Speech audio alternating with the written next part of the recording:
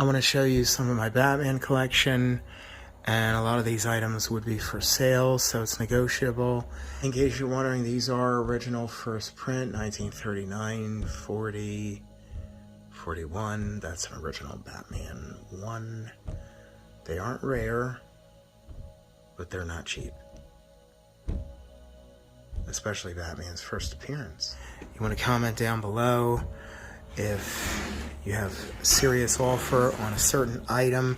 I've been collecting for over 45 years, and I'm just going to take you on a brief tour.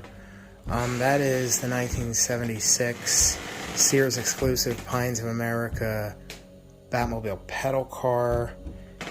You could only get it through Sears. If you hear these floors, they're very creaky.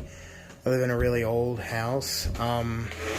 That's the vintage 1966 Commonwealth 28-inch plush doll with vinyl face and tag. That's the first pedal car.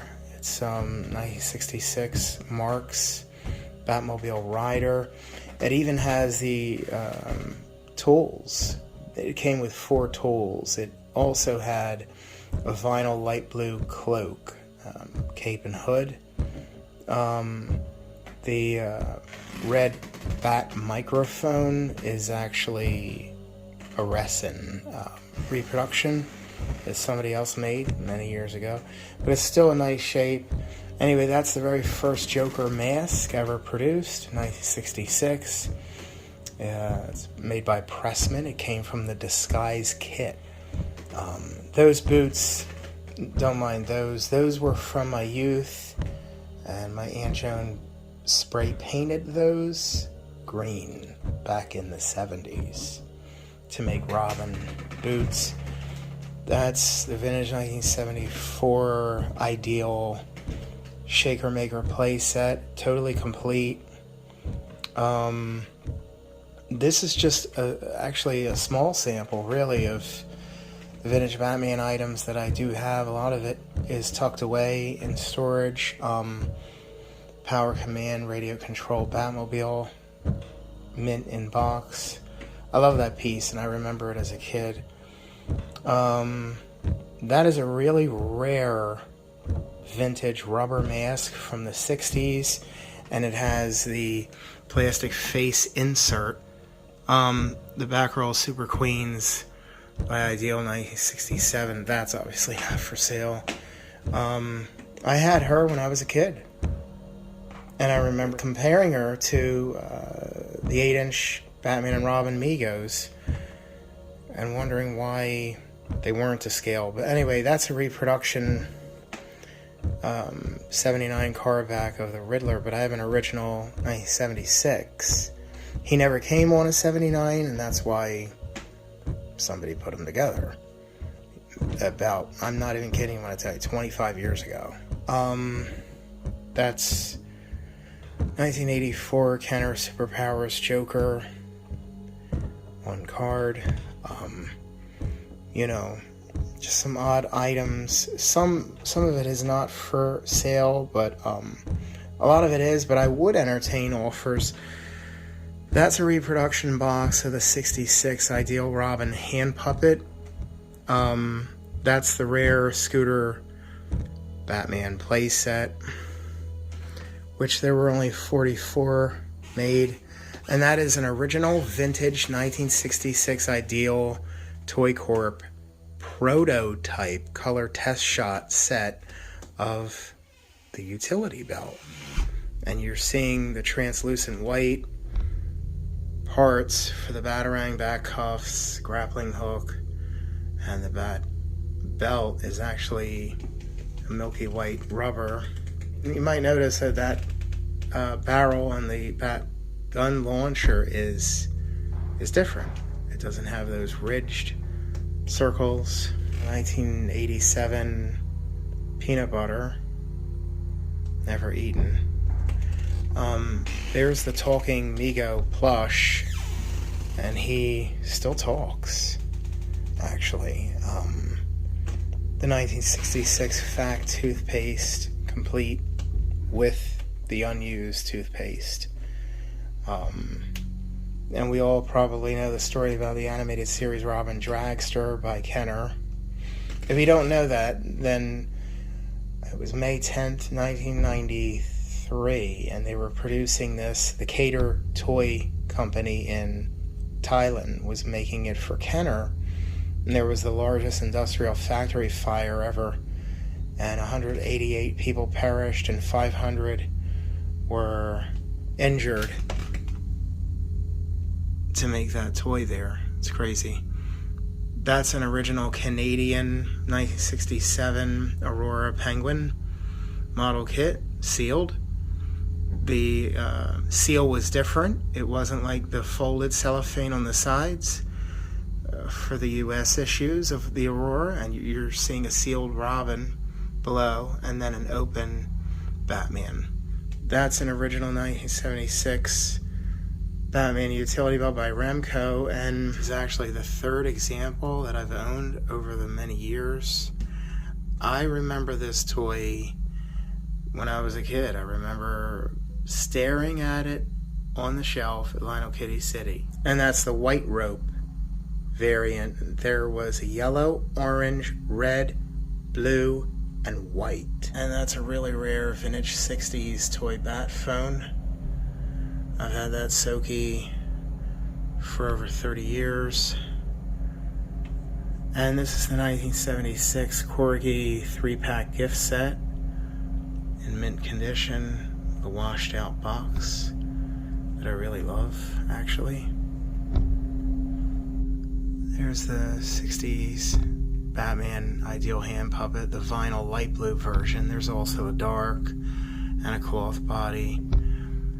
And the 60s Ideal JLA playset.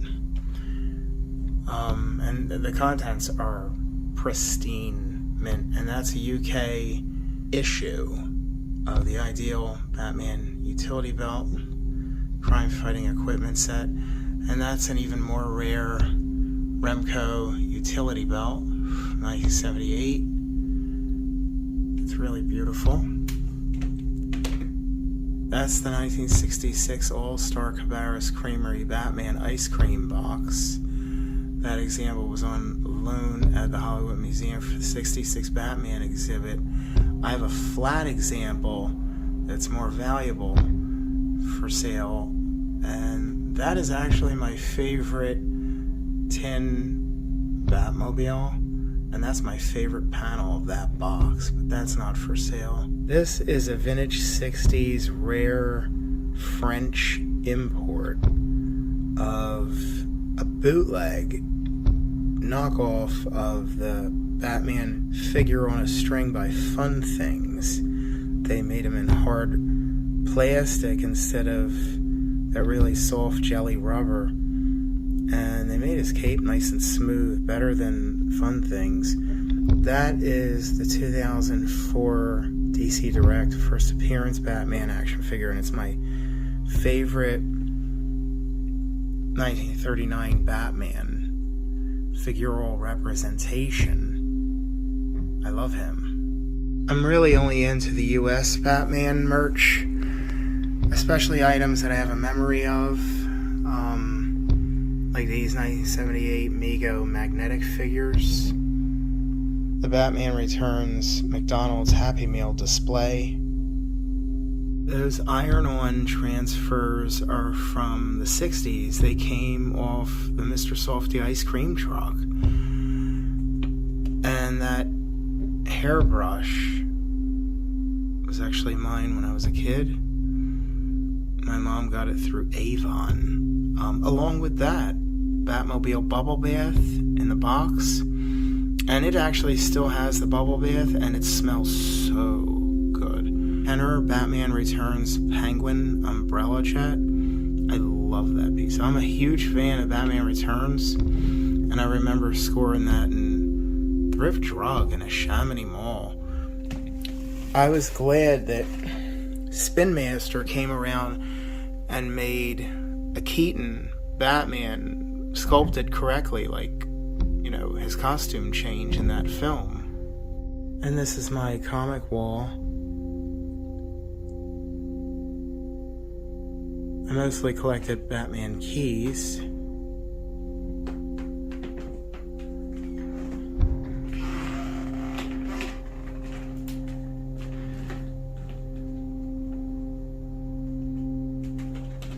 I mean, just about every major villain key, or actually every single major villain key. I'm not missing any. Or vehicle or environment. I was pretty obsessive to get them, because why not? I mean, if you really love Batman, some of them are graded. I really don't like when they're graded. It's very hard to display. They're very clunky and heavy and big, and so I segregated them on a separate plank. And then some I didn't crack open, but I did do that for some issues.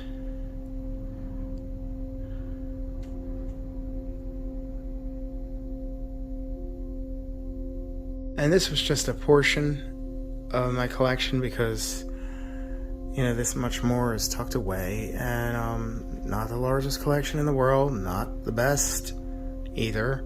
But anyway, I would consider entertaining offers on certain items, because I don't know in the long run whether I'd be going through a major auction house or just slowly liquidating most of it myself.